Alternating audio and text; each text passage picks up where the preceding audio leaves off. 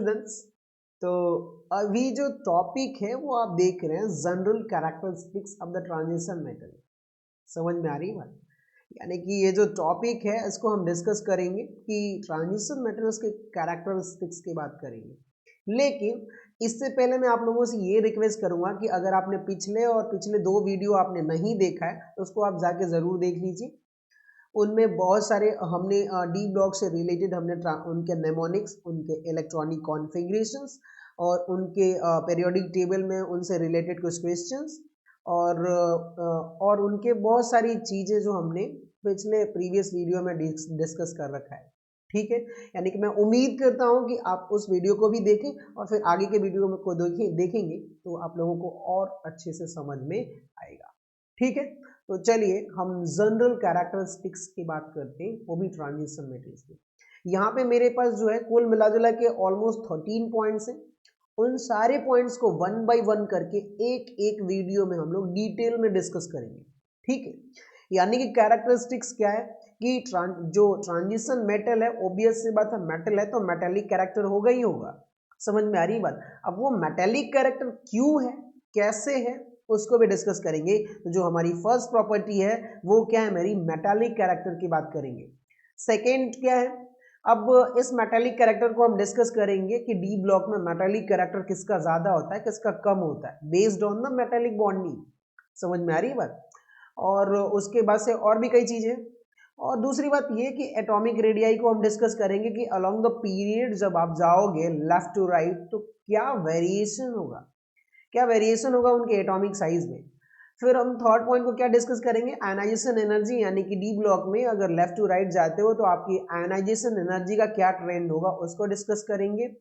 फिर जो D block of element जो है वो वेरिएबल ऑक्सीडेशन स्टेट शो करता है, यानी कि क्यों वेरिएबल ऑक्सीडेशन स्टेट शो करता है उसको भी हम डिटेल में डिस्कस करेंगे। ठीक है, और हम मेल्टिंग एंड बॉइलिंग पॉइंट की भी बात करेंगे। समझ में आ रही बात बच्चों, मेल्टिंग और बॉइलिंग पॉइंट की भी। उसके बाद जो 6 पॉइंट है स्टैंडर्ड रिडक्शन पोटेंशियल, यानी कि डी ब्लॉक में जो इनके रिडक्शन पोटेंशियल्स हैं उसको भी डिस्कस करेंगे। फिर इनके एटॉमिक वॉल्यूम्स एंड डेंसिटीज को भी डिस्कस करेंगे। और सबसे इंपॉर्टेंट तो ये क्वालिटी है, ये जो आप देख रहे हो ना property, colour of the D block of element, यानी कि इनके जितने भी कंपाउंड्स हैं वो कलरफुल कंपाउंड्स होते हैं। इस पे तो हम पूरा चैप्टर पढ़ने वाले हैं। क्या पढ़ने वाले हैं? पूरा चैप्टर कोऑर्डिनेशन केमिस्ट्री पढ़ने वाले हैं बच्चों। ये बहुत शानदार चैप्टर है, यानी कि आप ये बोल सकते हो कि कोऑर्डिनेशन केमिस्ट्री का जो बेसिक बेसिक चीजें हैं वो हमारी डी ब्लॉक में आती है। कहाँ आती है? डी ब्लॉक में आती है।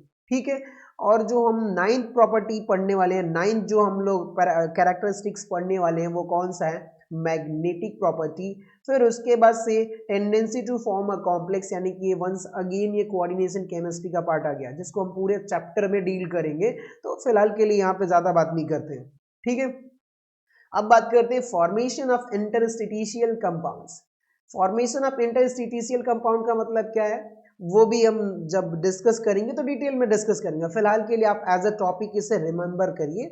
और जो है कि आपने देखा होगा कैटालिटिक प्रॉपर्टीज, कैटालिटिक प्रॉपर्टीज का क्या कहने का मतलब है वो समझिए कि आपने देखा होगा हैबर प्रोसेस में आयरन या मोल्बिडिनम हम यूज करते हैं ट्रांजिशन मेटल, जिससे rate of formation of ammonia जो होता है वो इंक्रीज हो जाता है बिकॉज ऑफ द एक सरफेस मिल जाता है जिसपे हाइड्रोजन और नाइट्रोजन गैस क्या हो जाते हैं, आके एब्जॉर्ब हो जाते हैं और अमोनिया का जो फॉर्मेशन होता है वो बहुत स्पीड अप हो जाता है। सिंपल सी बात है ना, यानी कि ये कैटालिस्ट की तरह भी काम करते हैं। समझ में आ गई बात? और जो 13 पॉइंट है ये तो बहुत शानदार पॉइंट है, एलॉय फॉर्मेशन।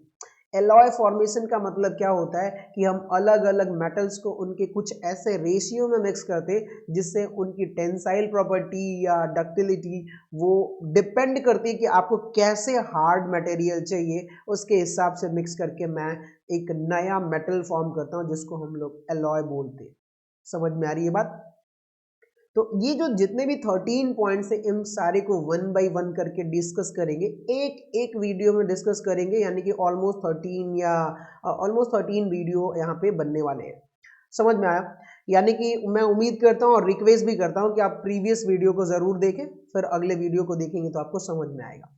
जो हमारी पहली प्रॉपर्टीज है वो कौन सी प्रॉपर्टीज है, बोलो बच्चों, मेटेलिक कैरेक्टर। ठीक है, क्या पढ़ने वाले हम लोग, मेटेलिक कैरेक्टर। तो चलिए हम लोग स्टार्ट करते हैं मेटेलिक कैरेक्टर से। यहाँ पे आप देख रहे होंगे मेटेलिक कैरेक्टर, ठीक है, वो भी किसकी, डी ब्लॉक ऑफ एलिमेंट की। लेकिन यहाँ पे ना डी ब्लॉक ऑफ एलिमेंट से बात करने से पहले हम लोग एस ब्लॉक ऑफ एलिमेंट की बात कर लेते हैं। क्या बात कर लेते हैं, एस ब्लॉक ऑफ एलिमेंट की। चलिए एस ब्लॉक का थोड़ा सा डिस्कस करेंगे, ज्यादा नहीं टाइम लेंगे, 30 या 1 मिनट में। कि एक बात बताइए कि यहाँ पे मेरे पास एक सोडियम है, यहाँ पर क्या है, मेरा पोटेशियम है, इनका खास बात क्या है, ये क्या है, हमारे इलेक्ट्रोपॉजिटिव। क्या है बोलो बच्चों, इलेक्ट्रोपॉजिटिव। यही हुआ ना, इलेक्ट्रोपॉजिटिव का क्या कहने का मतलब है कि आसानी से जो इलेक्ट्रॉन होता है या सब सेल में इलेक्ट्रॉन होता है ये डोनेट कर देते हैं, और डोनेट करते हैं तो जो फ्री इलेक्ट्रॉन्स होते हैं, तो यहाँ पे ये सोडियम मेटल है, ये मेरा फ्री इलेक्ट्रॉन्स है, ये सोडियम मेटल है, फिर ये सोडियम मेटल है, ये सोडियम मेटल है, फ्री इलेक्ट्रॉन्स है, और इनके बीच में फोर्स ऑफ अट्रैक्शन लगा होता है जो कि मेटालिक बॉन्डिंग फॉर्म करता है। ऐसा ही होता है ना, कुछ मेटालिक बॉन्डिंग वो फॉर्म करता है। यानी कि ये जो है एस ब्लॉक ऑफ एलिमेंट क्यों करते हैं, क्योंकि जो एस सब सेल है, समझ में आ रही बात, वो इलेक्ट्रॉन क्या होता है, लूजली बाउंड होता है, और जब लूजली बाउंड होगा तो आसानी से लूज कर जाएंगे। तो जितने भी यस ब्लॉक के एलिमेंट्स होते हैं वो इलेक्ट्रोपॉजिटिव इन नेचर होते हैं। इसका क्या मतलब होता है, इलेक्ट्रोपॉजिटिव का सिंगल वर्ड में सुनिए कि ये आसानी से इलेक्ट्रॉन को डोनेट कर देते हैं। तो एक अगर मान लेता हूं बच्चों कि मेरे पास अगर एक सोडियम का ब्लॉक है, समझ में आ रही है बात, तो इसमें क्या होंगे कि फ्री इलेक्ट्रॉन चारों तरफ घूम रहे होंगे, और मेटल मेटल के बीच में क्या होता है, मेटेलिक बॉन्डिंग काम करती है, बिकॉज ऑफ सिंपल एक वर्ड याद रखिए कि यस इलेक्ट्रॉन की वजह से। समझ में आ रही बात, यस सब सेल में जो इलेक्ट्रॉन होता है उनकी वजह से। तो सेम फिनोमेना यहाँ पे क्या होता है, all the transition elements are metal due to the yes subshell of electrons. जैसे कि यस ब्लॉक में क्या होता है कि यस सबसेल के इलेक्ट्रॉन आसानी से लूज कर देते हैं, समझ में आ गई बात, इलेक्ट्रोपॉजिटिव इन नेचर होते हैं। वैसे ही आप यहाँ पे देखिए कोरिलेट करते हैं, हम कहाँ से कोरिलेट करेंगे, यस ब्लॉक ऑफ एलिमेंट से हम क्या करेंगे, कोरिलेट करेंगे। ठीक है, जैसे कि मैंने स्कैंडियम ले लिया तो यहाँ पे क्या हो जाता है 3d14s2। स्कैंडियम के बाद क्या आता है बच्चों, टाइटेनियम, यानी कि क्या हो जाएगा मेरा 3d24s2। एक बात बताइए, ये s2 जो इलेक्ट्रॉन है 4s2, क्या ये आसानी से इलेक्ट्रॉन लूज कर देगा कि नहीं कर देगा, बताइए एक बात, आसानी से इलेक्ट्रॉन लूज कर देगा। यानी कि कहने का क्या मतलब है कि यस इलेक्ट्रॉन जो एस ब्लॉक वाले भी लूज कर रहे थे, और यहाँ पर जो ट्रांजिशन एलिमेंट्स है ये भी आसानी से इलेक्ट्रॉन लूज कर सकते हैं। इसलिए यस ब्लॉक के होने की वजह से ये क्या बिहेव करते हैं, एज अ मेटल की तरह बिहेव करते हैं। समझ में आ गई बात, यस ब्लॉक की नहीं बात करेंगे, सॉरी, यहाँ पे यस सब सेल में जो इलेक्ट्रॉन है वो आसानी से लूज कर देता है। स्कैंडियम की बात करो या टाइटेनियम की बात करो या क्रोमियम की बात करो या मैग्नीज की आप बात करो, ये आसानी से लूज कर देते, इसलिए ये मेटल की तरह काम करते। ठीक है, अब इनके कुछ प्रॉपर्टीज देख लेते हैं। ट्रांजिशन मेटल जो है वो शो करता है metallic cluster, high density, melting point, boiling point, ductility. समझ में आ रही है बात, और they are good conductor of heat and electricity. क्यों ऐसा करते हैं, इसके लिए आप लॉजिक और रीजन सुनिए। क्योंकि यहाँ पे जो जो यस इलेक्ट्रॉन्स है वो आसानी से लूज कर देता है मेटल, जिसकी वजह से क्या हो जाता है कि हाईली ज़्यादा से ज़्यादा इलेक्ट्रिसिटी कंडक्ट करते हैं और हीट भी कंडक्ट करते हैं because of the 4s electrons. समझ में आ गई बात, इतना क्लियर हुआ बच्चों। यानी कि मेटालिक कैरेक्टर इस वजह से आता है 4s इलेक्ट्रॉन की वजह से, क्योंकि लूजली बाउंड होते हैं, आसानी से लूज कर देते हैं। चलिए हमने ये समझ लिया कि ये मेटालिक कैरेक्टर शो करते हैं। अब बात करते हैं मेटालिक कैरेक्टर में, समझ में आ रही है बात। तो जब मेटालिक कैरेक्टर की मैं बात करता हूं तो यहाँ पे दो चीजें आती हैं जो हमने अभी डिस्कस किया। यहाँ पे देखिए, metallic bonding is due to position of the 1 और 2 electron in the outermost energy shell like alkaline and alkaline earth metal.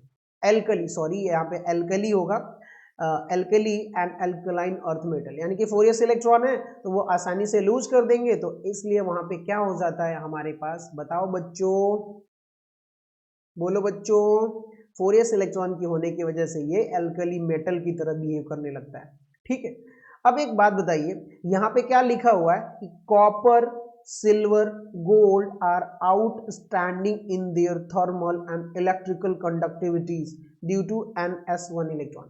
कहने का क्या मतलब है कि देखिए यहाँ पे कॉपर है मेरे पास और एक गोल्ड है। इसको ध्यान से सुनिए कि कॉपर और गोल्ड क्या है कि इलेक्ट्रिसिटी भी अच्छे से कंडक्ट करते हैं और थर्मल यानी कि हीट भी अच्छे से कंडक्ट करते हैं। क्या कहने का मतलब हुआ, ये जो 4s1 इलेक्ट्रॉन है ये आसानी से इलेक्ट्रॉन लूज कर देता है, इसलिए ये इलेक्ट्रिसिटी भी आसानी से कैरी करता है और हीट भी आसानी से कैरी करता है। सिंपल, समझ में आ गया। चलो आगे बढ़ते हैं। अब देखिए यहाँ पर अब क्या होता है कि ट्रांजिशन मेटल में बहुत सारे मेटल सॉफ्ट भी होते हैं और बहुत सारे मेटल हार्ड होते हैं। तो उसको कैसे एक्सप्लेन करोगे कि भाई जितने मेरे अल्कली मेटल्स होते हैं वो तो हमारे सॉफ्ट होते हैं, कितने जितने भी अल्कली मेटल्स होते हैं वो हमारे क्या होते हैं, सॉफ्ट होते हैं। तो हमारे ट्रांजिशन मेटल्स में भी बहुत सारे मेटल सॉफ्ट होते हैं लेकिन बहुत सारा मेटल क्या होते हैं, हार्ड होते हैं। तो यहाँ पे वही बोल रहा है, आप देखिए कि hardness and brittleness properties of the D block of element, ये क्यों होता है इसको हम एक्सप्लेन करते हैं।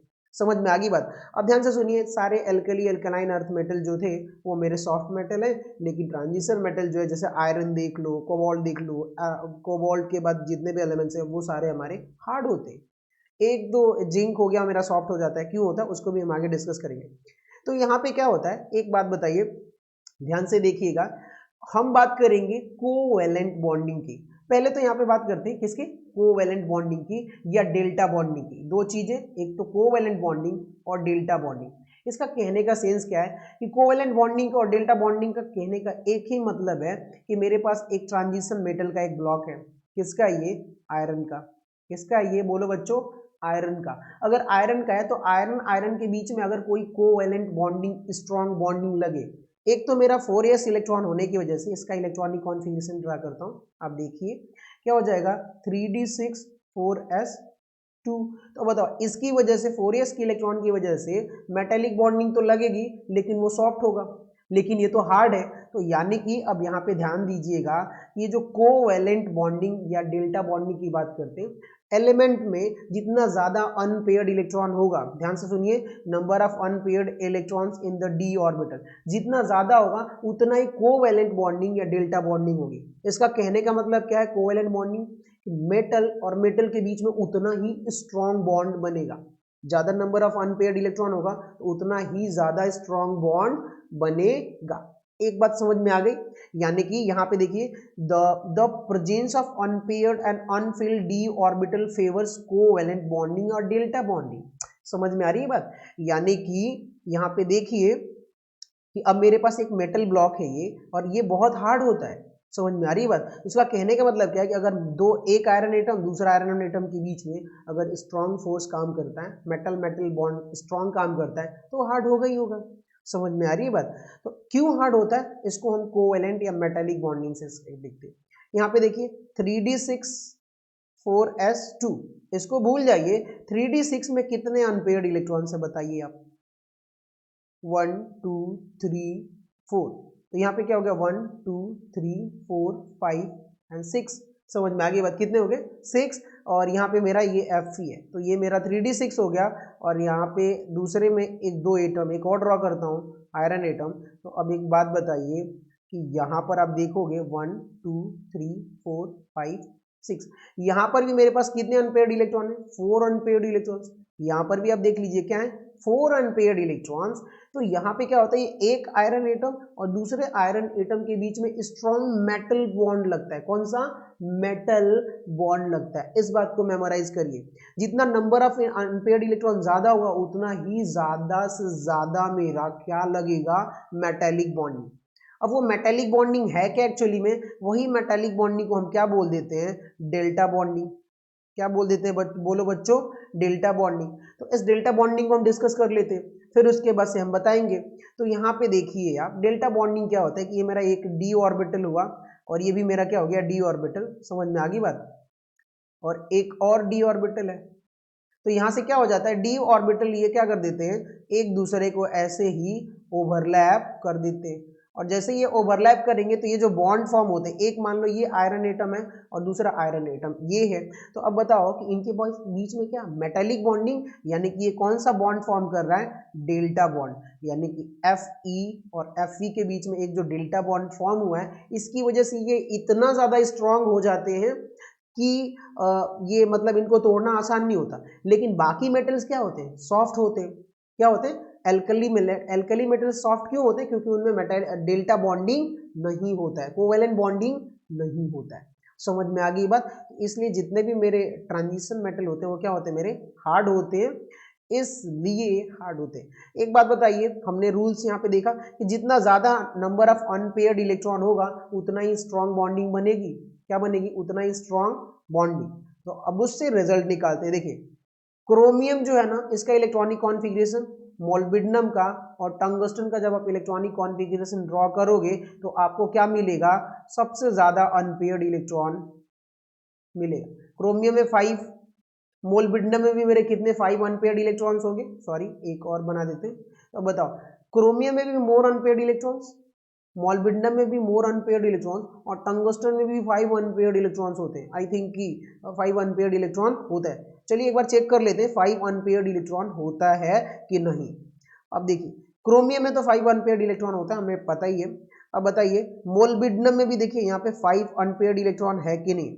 मोल्बिडिनम के बाद से मेरा कौन सा अगला इलेक्ट्रॉन था, टंगस्टन। यहाँ पे देखिए यहाँ पर 4 अनपेयर्ड इलेक्ट्रॉन है। समझ में आ रही है बात, जिसकी वजह से ये क्या हो जाता है, बताओ बच्चों, बहुत ज्यादा मेटेलिक या डेल्टा बॉन्डिंग शो करते हैं। इसलिए ये सारे मेटल्स हमारे क्या होते हैं, हार्ड मेटल होते हैं। अब अगर आपसे पूछे कि एल्कली क्यों हार्ड नहीं होता तो क्या बोलोगे आप, क्योंकि उसमें डेल्टा बॉन्डिंग या मेटल मेटल के बीच में जो कोवेलेंट बॉन्डिंग होती है वो पॉसिबल ही नहीं है। समझ में आ गई बात। चलिए अब हम बात करते हैं, यहाँ पे देखिए जिंक, कैडमियम और मरकरी, यहाँ पर ये सारे सॉफ्टर मेटल्स हैं। यहाँ पे आपने हार्ड मेटल का तो रीजन देख लिया, ये बोल रहे हैं कि भाई साहब मेरे पास जिंक भी है, मेरे पास कैडमियम भी है, मेरे पास मरकरी भी है, लेकिन यहाँ पे ये सारे मेटल्स जो हैं ये बोल रहे हैं कि हमारे पास ये सॉफ्ट है। इसका कैसे आप एक्सप्लेन करोगे, तो यहाँ पे क्या होता है आप देखोगे कि इनका क्या हो जाता है, ये मेरा 3D10 हो जाता है, ये मेरा 4D10 हो जाता है और ये मेरा क्या हो जाता है 5D10 हो जाता है। बताइए इनके पास कोई अनपेयर्ड इलेक्ट्रॉन है क्या, अनपेयर्ड इलेक्ट्रॉन है ही नहीं। तो अब बताओ जिंक और जिंक के बीच में मेटल बॉन्ड लगेगा क्या, कोवेलेंट बॉन्ड नहीं लगेगा ना, सॉरी कोवेलेंट बॉन्ड या डेल्टा बॉन्ड फॉर्म होगा क्या। मैं कैडमियम और कैडमियम के बीच में डेल्टा बॉन्ड फॉर्म हो सकता है क्या, कैडमियम कैडमियम मेटल के, समझ में आ रही है बात। या कोवेलेंट बॉन्ड, या यहाँ पे Hg ले लीजिए और दूसरा क्या ले लीजिए Hg ले लीजिए, यहाँ पे क्या ये कोवेलेंट बॉन्ड फॉर्म करेगा, ऑफ कोर्स फॉर्म नहीं करेगा। इसलिए यहाँ पर क्या हो जाता है, ये जो मेरे 3 एलिमेंट्स होते हैं यहाँ पे एक भी अनपेयर्ड इलेक्ट्रॉन नहीं है, तो मेटेलिक सॉरी कोवेलेंट बॉन्ड बनता ही नहीं है, जिसकी वजह से जिंक, कैडमियम और मरकरी मेरे क्या हो जाते हैं, सॉफ्टर मेटल होते हैं। लेकिन उसका अपोजिट क्या हो जाता है, क्रोमियम मोल्बिडिनम में ज्यादा से ज्यादा अनपेयर्ड इलेक्ट्रॉन होता है, इसलिए मेटल मेटल बॉन्ड ज्यादा स्ट्रांग लगता है, इसलिए ये सारे मेटल्स क्या हो जाते हैं, बहुत हार्ड हो जाते हैं। समझ में आ गई बात। सो मेटेलिक बॉन्डिंग को हमने डिटेल में और अच्छे से डिस्कस किया। So thank you for watching.